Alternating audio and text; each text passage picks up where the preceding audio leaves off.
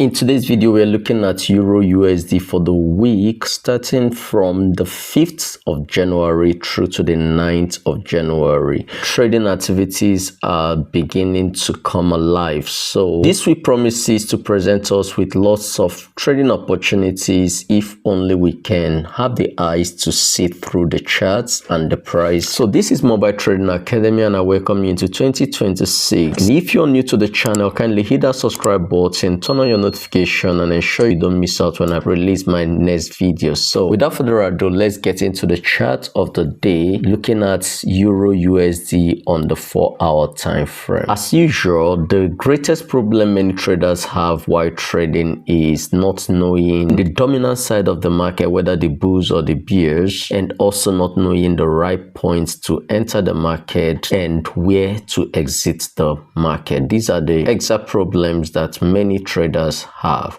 But in this video, I'll be taking it just one after the other to tell you exactly what to do. So let's begin with knowing the dominant part of the market. Who is dominating right now in this market? And that will take us to the knowledge of the market structure, knowing what the structure is at the moment. From this area, why the market was making lower lows and lower highs, lower low, lower high, lower low, lower high. At that point, the price was in a downward trend. So the bears were in charge of the market at this point. But from this point, after we had this low, then we got this very lower high. Then we got a higher low. That is, this low is higher than this very low, showing that the bulls are now pushing the market up and not allowing the bears to take the market further below this previous low. To confirm that the bulls are in control, we got this very higher high. The high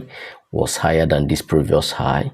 Then we got a little pullback here, giving us another low higher than this previous one before we got another higher high. From here, we're getting a higher low and a higher high, a higher low, and a higher high. Right now, the predominant side of this market are the bulls because we're having higher lows and higher high.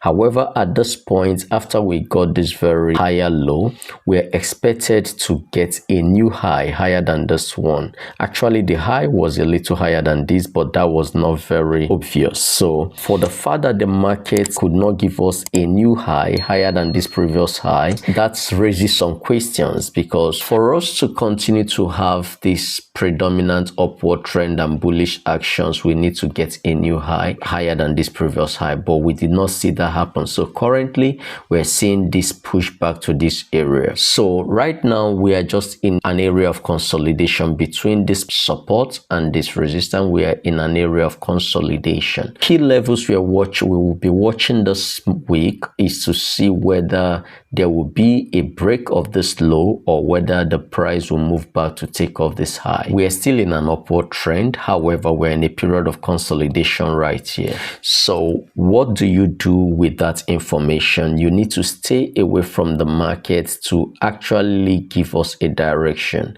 Then if you want to take some risk, but eventually you still believe this upward trend is continuing, then if you're buying from this area, from this support zone, your stop loss will just be below this very previous low. That would be it. Now let's look at the entry. You cannot take a position if you don't know the side that is dominating. Let's say you're still believing that the bulls are in control and you want to take some long positions, then you have to be taking your long position from this support area, which is the previous low, this previous low.